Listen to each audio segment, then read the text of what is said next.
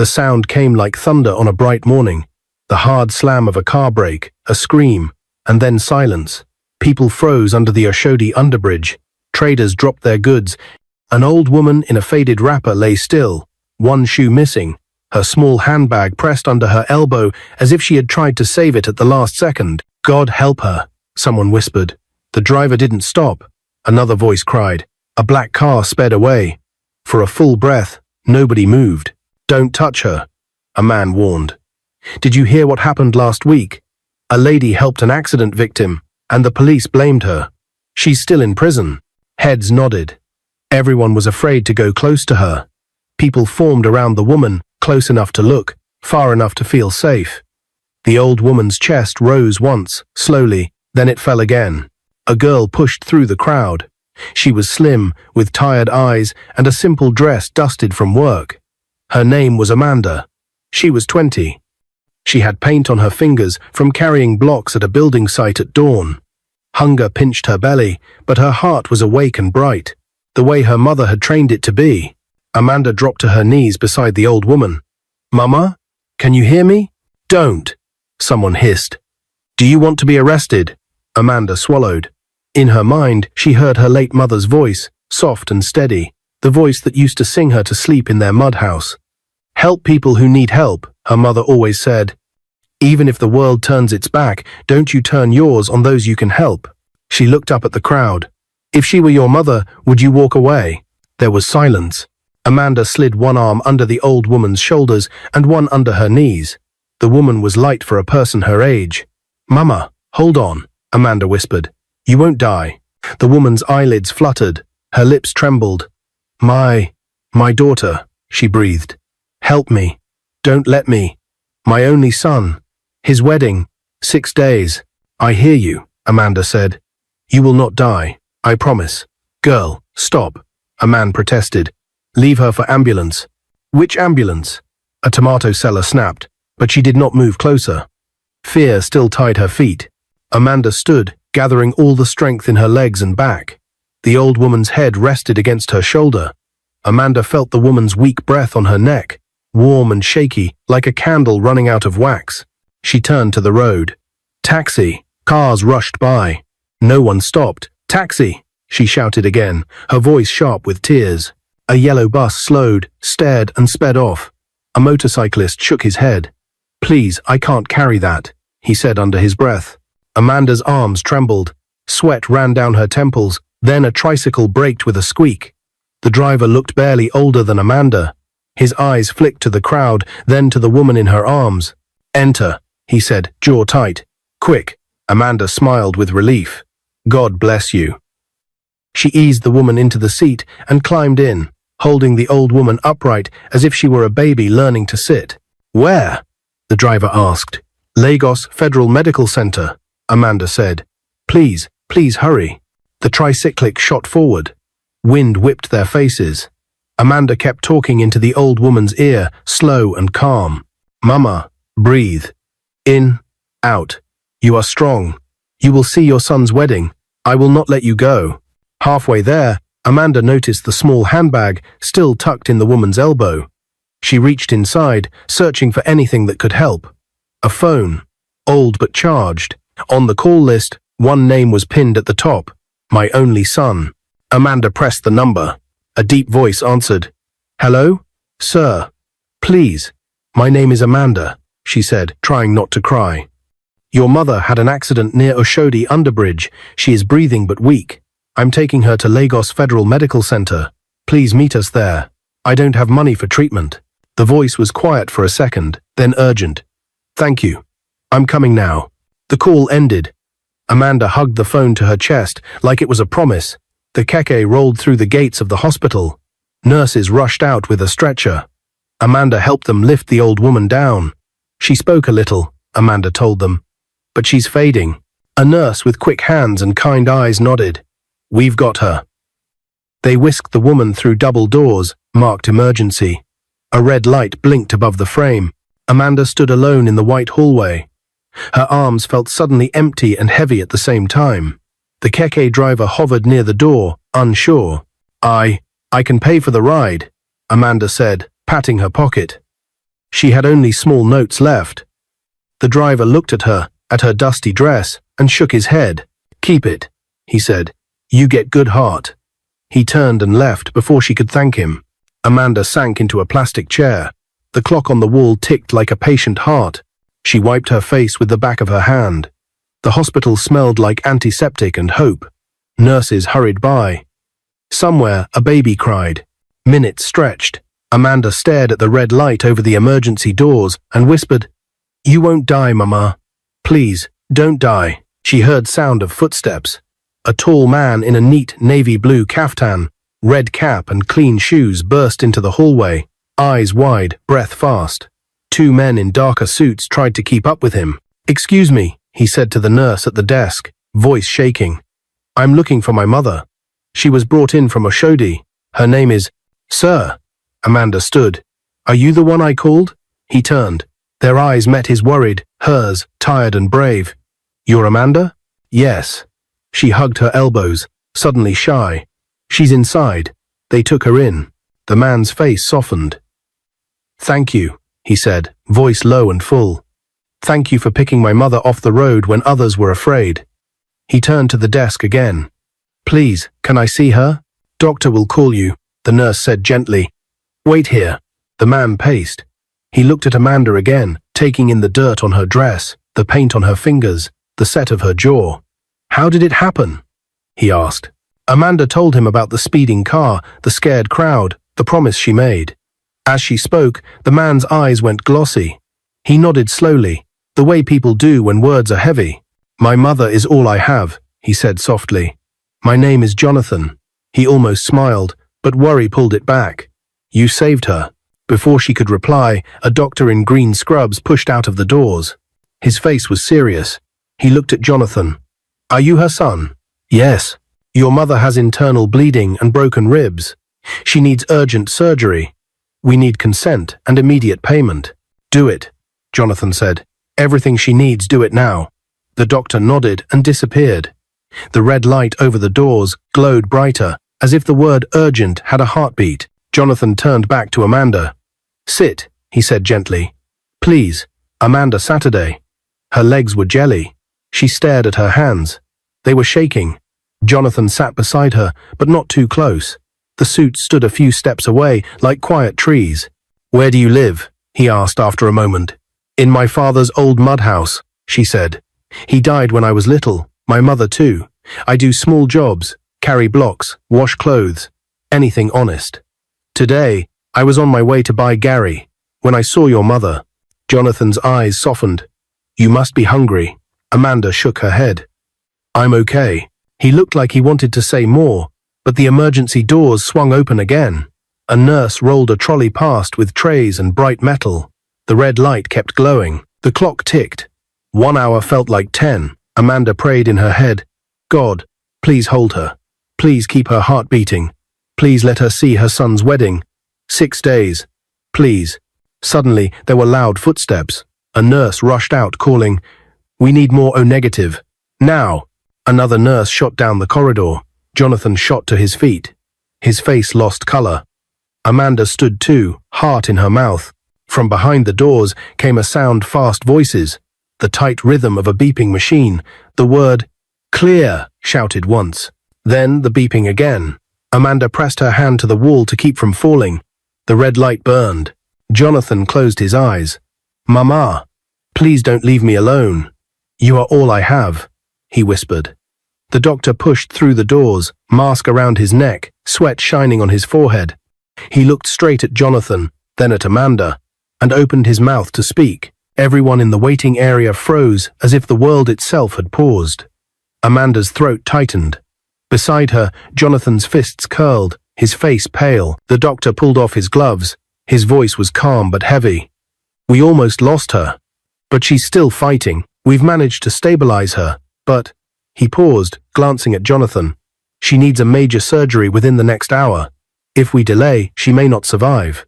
Jonathan exhaled like he had been holding his breath for years. "Do it. Whatever it costs, do it." The doctor nodded. "We'll begin immediately. Please, wait here." He disappeared behind the swinging doors again, leaving the smell of antiseptic and the echo of urgency behind him. Amanda sank back into her chair, her heart pounding. She whispered to herself, "You won't die, Mama. I promised you." Time stretched painfully. Nurses hurried past, some with trays, others with files. Every sound, the squeak of rubber soles, the ring of the phone at the reception desk, made Amanda flinch. She felt small in her worn gown, her knees dusty, her hands shaking. Jonathan paced like a lion trapped in a cage. His guards tried to calm him, but he waved them off. His eyes kept darting to the emergency doors, then back to Amanda. Finally, he stopped in front of her. "Tell me again," he said softly, "why you helped her when no one else would." Amanda looked up. For a moment, her tired eyes met his sharp, restless ones. "Because my late mother raised me not to walk away. She told me help those in need, even if the world turns against you. If I had left your mother on that road, I would never forgive myself." Jonathan's jaw tightened. He rubbed his hands over his face, then whispered, "The world needs more people like you." Amanda looked down, embarrassed. No one had ever said words like that to her. She was used to insults, to neighbors calling her Beggar's child. 2 hours later, the emergency doors opened. The doctor emerged, pulling off his cap. His expression was tired, but this time there was hope. "She made it through the surgery," he said. "She lost a lot of blood, but she's strong. Your mother is a fighter." Jonathan's face broke into relief. He grabbed the doctor's hand and shook it hard. "Thank you. Thank you so much." Amanda pressed her palms together and whispered a prayer of gratitude, her eyes wet. "You can see her," the doctor added, "but only one person at a time. She's still very weak." Jonathan didn't hesitate. "I'll go." He glanced at Amanda, as if remembering her role in all this, and added softly, "But after me, you must see her too. She will want to." Amanda froze. Me? She thought. She was just a poor orphan in a torn gown. What business did she have standing beside a woman who clearly belonged to a wealthy family? But before she could argue, Jonathan had already followed the nurse inside. Minutes later, the door opened again, and Jonathan stepped out. His eyes were damp, his lips trembling with unspoken words. He nodded toward Amanda. "Go, she's asking for you." Amanda's heart pounded as she followed the nurse in. The room smelled of medicine and bleach. Machines beeped softly. Wires ran across the bed. Madame Hannah lay there, frail but breathing, her head bandaged, her face pale.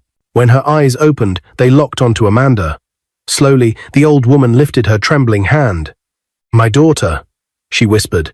Amanda rushed to her side, kneeling. "Mama, it's me. You're safe now. You'll live."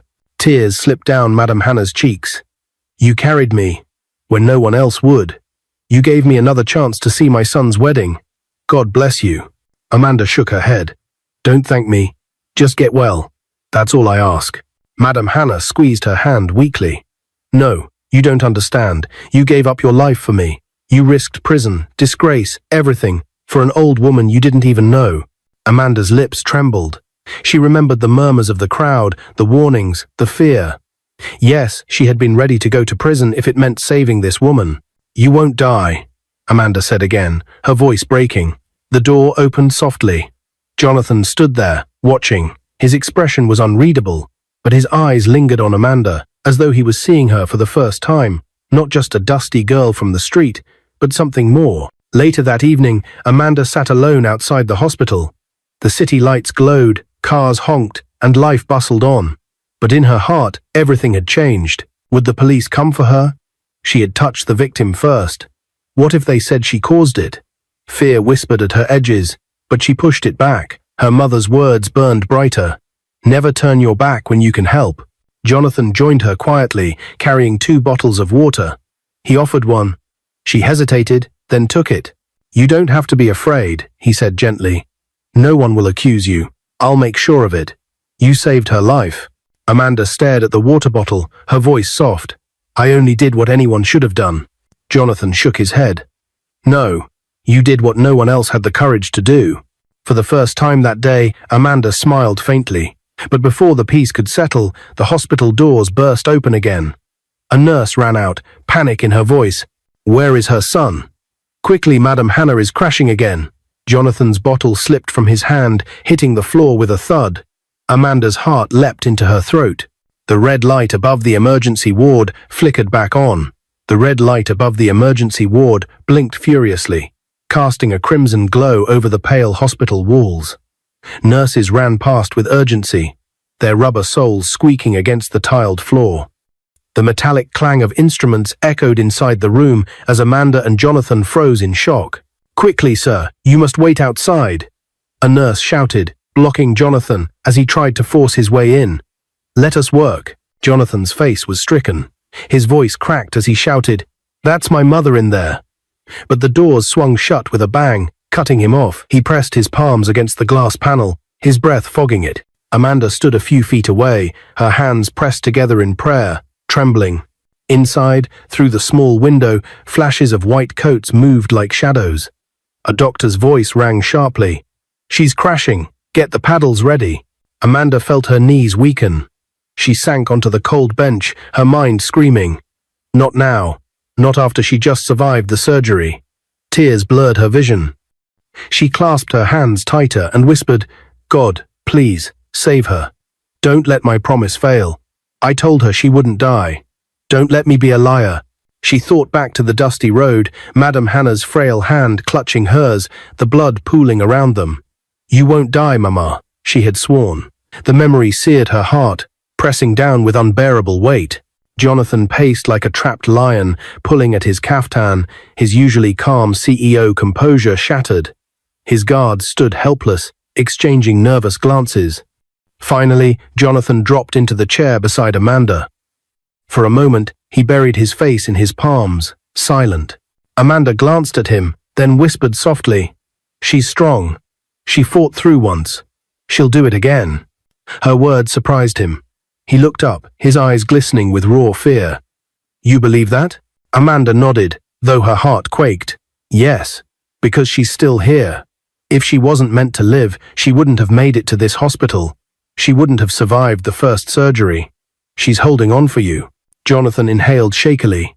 Her simple words wrapped around his heart like a fragile thread of hope. Minutes dragged into an eternity. Nurses rushed in and out of the ward, their faces masks of tension. One nurse carried a tray with bloodied gauze. Another shouted instructions down the hall. Each sound hit Amanda like a blow. The hospital corridor filled with whispers. Relatives of other patients glanced at Amanda and Jonathan, murmuring. Some recognized Jonathan, the billionaire CEO of J-Tech Holdings, usually seen in news headlines, not pacing hospital floors in wrinkled clothes. But Amanda, in her torn gown, bare feet dusty, sat unnoticed. Invisible, yet she was the reason Madame Hannah had reached the hospital alive. Finally, after what felt like an hour, the doors burst open. The doctor emerged, sweat dripping down his brow, his gloves stained red. Jonathan leapt forward. "Talk to me. How is she?" The doctor sighed, tugging off his mask. "We managed to revive her heart. She's stable again, but only barely. The truth is, she has lost too much strength. Her body is fragile. The next 24 hours are critical." Amanda clasped her chest, tears streaming. "So, she's alive?" "Yes," the doctor confirmed gently. "But you must prepare yourselves. It could go either way." Jonathan gripped the doctor's shoulders. "No, she will make it. Do you hear me? She has to." His voice cracked, the mighty CEO reduced to a desperate son. The doctor patted his arm softly. "We'll do everything we can." Later, Jonathan stood by the hospital window, staring into the Lagos night. The city lights twinkled like a cruel reminder that life outside continued while his mother's hung in the balance. His reflection in the glass looked older, wearier. Amanda sat nearby, silent. She wanted to give him space, but her heart ached watching him. Finally, Jonathan spoke, his voice low. "You know, when my father died, my mother gave up everything for me. She sold her jewelry, worked odd jobs, slept hungry some nights, all so I could go to school. I promised her I'd repay her one day. But what good is wealth if I can't even protect her now?"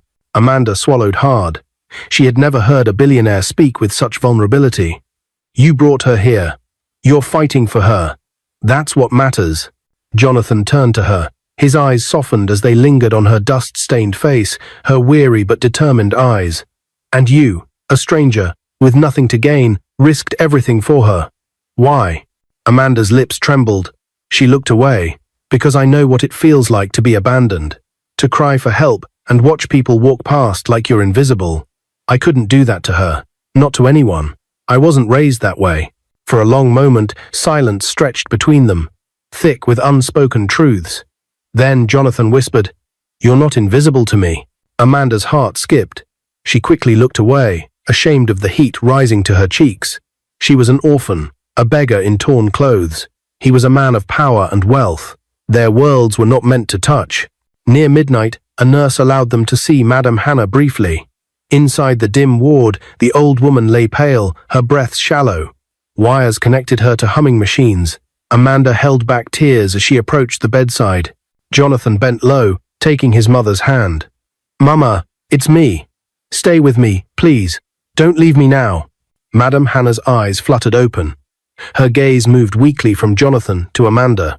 A faint smile tugged her lips. "You're both here. Good." Amanda knelt, clutching her frail hand. "I promised you, Mama. You will not die." A tear slid down Madame Hannah's cheek. "If I don't wake, remember, I blessed you both." Jonathan's throat closed. "Don't talk like that. You'll live to see my children. You'll dance at my wedding." Madame Hannah chuckled weakly. "Then hurry up and give me grandchildren." She coughed, her chest heaving, before her eyes closed again in exhaustion. The nurse urged them out gently. "She needs rest." Back in the waiting area, Amanda curled on the bench, exhaustion dragging her eyelids down. But before she could drift off, a harsh voice jolted her awake. "You." A uniformed policeman stood over her, his eyes hard. "You were the one who carried the old woman from the road, weren't you?" Amanda's blood ran cold. She sat upright, trembling. "Yes, but I..." The policeman's lip curled. "Do you know there's a law against touching accident victims without reporting first? You could be charged. Maybe you caused her injuries yourself." Amanda's heart hammered. Around her, murmurs rose. People whispered, pointing. Her worst fear had come true. Jonathan shot up, his voice thunderous. "Enough?" He stepped between Amanda and the policeman, his presence commanding. "This girl saved my mother's life. If you dare touch her, you'll answer to me." The policeman sneered, "Even if you're a big man, the law is the law." Jonathan's eyes blazed. "And justice is justice. If you want to arrest her, then you'll arrest me too. Because I stand with her. What's wrong in saving an accident victim? That law needs to be reviewed. It's preventing people from saving accident victims who need help." And there's a long slam. "You nodded." Amanda's breath caught. No one had ever defended her like that before. The policeman's eyes flicked between them, uncertainty creeping in. Finally he muttered, "We'll see about this," and walked away. Amanda's hands shook as she buried her face in them. Jonathan turned to her, his voice gentle now. "I told you, I won't let them harm you." Amanda's tears spilled freely. "Why? Why would you fight for me?" Jonathan stared at her, his chest heaving. His next words came like a vow. "Because you saved the most important person in my life. And now, I owe you everything." Just then, the hospital alarm blared loudly. Nurses sprinted down the hall, shouting, "She's coding again. Madame Hannah is unresponsive." Amanda and Jonathan froze. The red light above the emergency room flashed back on, harsher and faster than before. This time, the doctor's voice carried no hesitation. "Prepare the crash cart, now!" Amanda's scream caught in her throat. Jonathan staggered, his heart collapsing under the weight of fear. The corridor spun with chaos, and once again, the line between life and death narrowed to a thread. The early morning sun painted the Lagos skyline gold. When the doctor finally walked out of the ward with a smile Amanda would never forget. "She made it through the night," he said. "She's not completely out of danger, but her strength surprises me.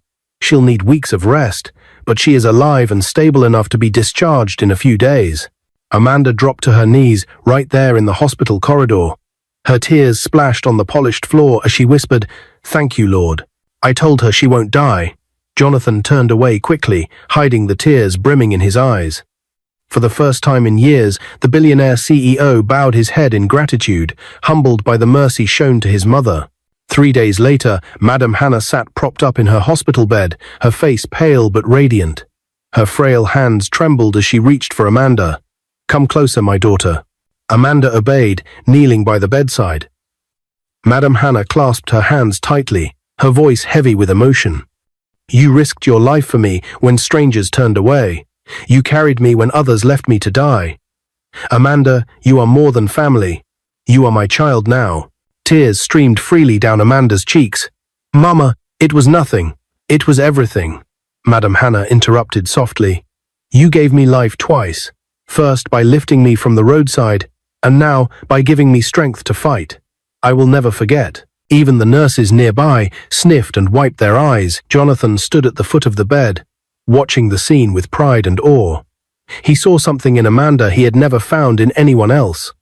Courage without pride, love without demand, and faith without fear. When the time came for discharge, Jonathan gave a quiet instruction to his driver, Michael. Take Amanda to the best boutique in Victoria Island, then to the finest salon in Lekki. I don't want her stepping back into this hospital in those torn clothes.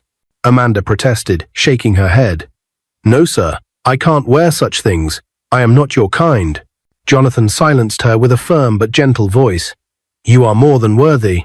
You deserve to look like the woman you are, not the label poverty put on you. Hours later, Amanda returned. She stepped out of the sleek black SUV transformed. Her hair, once wild and dusty, now flowed in soft curls that shimmered under the afternoon sunday. A simple but elegant sky blue gown hugged her slim frame, graceful but modest. Her feet, once calloused from walking barefoot, now wore silver sandals that gleamed. When she entered Madame Hannah's room, nurses paused in their duties. Even Jonathan's jaw tightened slightly. Amanda's eyes still carried the same innocence, but now she looked like a woman carved for royalty. Madame Hannah gasped with delight. My daughter, see how beautiful you are. Amanda blushed, lowering her gaze. Mama, I am still the same. No, Jonathan murmured, his eyes never leaving her. You're more. A week later, Madame Hannah, Jonathan, and Amanda returned to Jonathan's mansion in Banana Island. The black gates swung open, revealing the wide marble steps, lush gardens, and sparkling fountains. For Amanda, it was like stepping into another world, but not everyone welcomed her. Inside the living room, Cynthia, Jonathan's fiancée, waited with a face carved in stone. She wore a crimson designer dress and diamond earrings that glittered with arrogance. The moment her eyes fell on Amanda, she sneered. So this is it? This is the poor street girl you and your mother are grooming as my replacement? Amanda froze, clutching her small handbag. Cynthia, Jonathan snapped. His voice carried the sharp authority of a man used to commanding boardrooms. Watch your tongue. Madame Hannah's voice, though weak, was firm. Respect yourself, Cynthia. This girl saved my life. But Cynthia only laughed bitterly. And so you reward her by parading her into my home, into our life. No wonder you've been distant, Jonathan. You and your mother planned this together. Amanda's lips trembled. Please, I don't want trouble. Enough. Jonathan's voice cut like thunder. If anyone here disrespects my mother and insults Amanda again, they can leave. And if that person is you, Cynthia, then so be it. The words hung in the air like a gavel striking. Cynthia's face twisted with fury. Without another word, she stormed upstairs. Minutes later, she dragged 2 large suitcases down the stairs. Keep your charity case, she spat. I won't share a roof with beggars. She flung her engagement ring onto the marble floor. Find someone else to marry. I am done. Then, with a final glare, she swept out, her heels clicking like gunshots. Outside, the roar of her car engine faded into the distance. Amanda collapsed onto the sofa, shaking. Madame Hannah placed a comforting hand on her shoulder. Don't cry, my child. You did nothing wrong. Truth always drives away lies. Jonathan bent down, lifting Amanda's chin gently. Let her go. She was never meant to stay.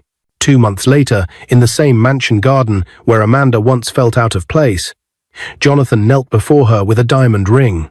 Amanda, he said softly, you walked into my life as a stranger, but you became my strength.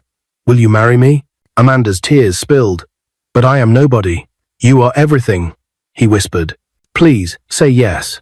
She nodded, her voice trembling. Yes, yes, I will. The wedding was held in a grand cathedral in Lagos, but its beauty wasn't in the gold arches or crystal chandeliers. It was in the sight of Madame Hannah, recovered and radiant, walking Amanda down the aisle. The congregation gasped, seeing the once helpless widow holding her son's bride with pride. Jonathan stood at the altar, his eyes never leaving Amanda as she approached. His heart swelled with gratitude for life, for love, for this woman who turned despair into hope. When the priest pronounced them husband and wife, cheers erupted. Amanda's veil fell back, and Jonathan kissed her tenderly. Madame Hannah whispered, "My son is complete," but not everyone rejoiced. Far away, in her luxury apartment, Cynthia sat alone. Her makeup was smudged from tears. She stared at her phone screen. No missed calls from Jonathan. No messages. In desperation, she dialed his number. "Jonathan, please, forgive me. Take me back, even as your second wife." His reply was cold. "No, Cynthia. Respect yourself. The chapter is closed." When the call ended, Cynthia hurled her phone against the wall. Sobbing, she turned to her closest friend, Monica. "You told me to insult his mother. You told me to drive that girl out. Now look at me." But Monica only shrugged. "You made your choice. I only advised you." Cynthia's wail filled the empty room. Life took a new turn. With Jonathan's support and Madame Hannah's prayers, Amanda gained admission into the University of Lagos to study medicine and surgery. The girl once mocked as a beggar now walked through campus gates with books in her hands and determination in her heart. Though challenges came, Amanda never forgot the vow she made under the bridge in Oshodi. "You won't die." Now she carries her dream and worked hard and didn't allow it to die. 5 years later, she stood proudly in her graduation gown, her face glowing as cameras flashed. Beside her, Jonathan held her hand, his eyes brimming with pride. Madame Hannah wept openly, clutching her cap. "My daughter, the doctor, I am proud of you. You didn't allow your dream to die, just like you never allowed me to die on that road." Amanda began work at Lagos's biggest private hospital, where patients soon learned that their young doctor carried not just skill, but compassion that healed deeper than medicine. Years passed, and love blossomed richly in the Jonathan's household. One morning, discovered she was pregnant, and when she told Jonathan she couldn't hold back his tears, they were expecting twins. Jonathan was there and supportive throughout the pregnancy journey. 9 months later, Amanda gave birth to twin girls. The entire hospital buzzed with excitement when Jonathan announced their names, Ellie and Eliana. When Madame Hannah held the babies for the first time, her frail hands trembled, but her face shone with unspeakable joy. Tears rolled down her cheeks as she whispered, "I prayed for years to carry grandchildren." God answered double. Amanda, smiling, reached out. "Mama, you will live long to see them grow." Jonathan wrapped his arms around his mother and wife, his heart bursting with gratitude. For the first time in his life, he felt complete. One evening, the family gathered in the mansion garden. The twins played on a soft blanket, their giggles were soft and soothing. Amanda reviewing the next surgery she had to perform, while Jonathan held her hand, watching his daughters with pride. Madame Hannah sat in a rocking chair. The twins nestled in her arms. Her face was wet with tears, but her smile was wide. "From the roadside to this," she murmured. "From despair to joy. Amanda, my child, you kept your promise. I did not die. Instead, I lived to see all this." Amanda leaned against Jonathan, her eyes shining. "We all lived, Mama, and we will keep living together. You will see Ellie and Eliana getting married." The sun dipped below the Lagos skyline, painting the sky crimson and gold. And for the first time in years, peace wrapped the family like a cloak. The story of pain, sacrifice, and love had finally found its home. What is your view about this story? Where are you watching from? If you enjoyed this story, comment, share, and subscribe to our channel for more interesting stories.